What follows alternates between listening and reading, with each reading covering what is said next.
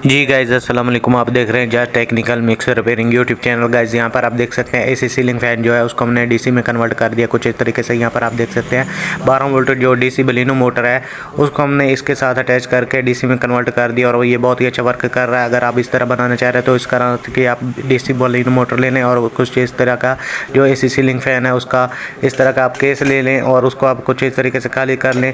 उसका जो अंदर से है रोटर वगैरह को सभी चीज़ निकाल कर उसका खाली जो केस है कुछ इस तरीके से निकाल लें और उसको आप बना सकते हैं बिल्कुल आसानी से। ये वीडियो ज़्यादा लंबा नहीं है, छोटा वीडियो है और हमने आपको इसके अंदर बिल्कुल मेन से स्टेप बताया। यहाँ पर ये वाला मोटर इसके अंदर हम इंस्टॉल करेंगे मुकम्मल डिटेल के साथ हम आपको बताते हैं। तो यहाँ पर सबसे पहले केस के ऊपर जो अंदर शॉफ्ट है बेयरिंग और इनको आपस में अटैच यहाँ पर वेल्डिंग लगा लेना है। दोनों साइड से थोड़ा थोड़ा वेल्डिंग लगा कर कुछ इस तरीके से आप देख सकते हैं अच्छे तरीके से वेल्डिंग लगा लेना है।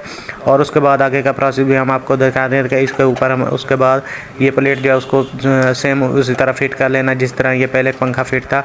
और कुछ इस तरीके से इसको अच्छे तरीके से लगाकर और साइडों वाले जो तीनों पेच हैं उनको अच्छे तरीके से टाइट कर देना है और उसके बाद इसके ऊपर हम पंखा वगैरह पर वगैरह लगाएंगे। गाइस अगर आप चैनल पर नए हैं तो चैनल को सब्सक्राइब करें, बाकी वीडियो पर आपने विजिट लाजमी करना। तो यहाँ पर हमने इसको अच्छे तरीके से टाइट कर लिया। ये वाला बेरिंग जो है इसके अंदर लाजमी लगाना है और इस बेरिंग लगाने का भी ये फ़ायदा है कि ये जो पंखे का नीचे वाला जो वज़न है ये मुकम्मल इस बेरिंग के अंदर कंट्रोल हो जाएगा। और यहाँ पर हमने इस शाफ्ट को अटैच करके उस शाफ्ट के साथ यहाँ पर थोड़ा सा वेल्डिंग लगा लिया है और उसके बाद इसका आगे का भाई आपको प्रोसेस मुकम्मल डिटेल के साथ बताते दिखाते हैं।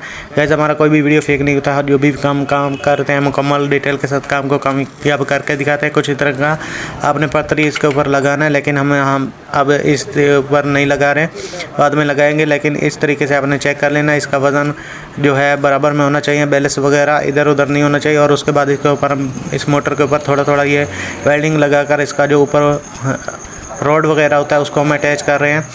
और इस रोड को अच्छे तरीके से वेल्डिंग करने के बाद फिर इसके ऊपर हम यहाँ पर अब जो इसके पर हैं उनको कस रहे हैं और तीनों पर जो है अच्छे तरीके से हम टाइट कर लेंगे और उसके बाद इनका वायर का कनेक्शन भी करेंगे। तो गैस हमारे चैनल पर आपने बाकी वीडियो पर भी विज़िट लाजमी करना, इस वीडियो को भी आपने विज़िट अच्छे तरीके से करना। अगर आपको इस वीडियो के अंदर मेन ये हमने आपको यहाँ पर इस वीडियो के अंदर बात जो भी काम है बताया। अगर इसके अलावा आप इसी वीडियो को देखना चाह रहे हैं, ये बड़ी वीडियो थोड़ा लंबा बनाकर अच्छे तरीके से पहले से अपलोड की है, उसके ऊपर आप विज़िट करें। अगर आपको यहाँ पर अच्छे से नहीं समझ आ रहा तो यहाँ पर हम जो इसका वायर को कनेक्शन वगैरह कर लेंगे और उसके बाद इसको छत के ऊपर लगाकर आपको अच्छे तरीके से मुकम्मल तसल्ली के साथ चेक करवाएंगे कि ये तरीका कामयाब है कि नहीं। तो गाइस काम कोई भी मुश्किल नहीं होता, सिर्फ समझना मुश्किल होता है। आप काम को अच्छे तरीके से देखा समझा करें, कोई भी काम मुश्किल नहीं होता।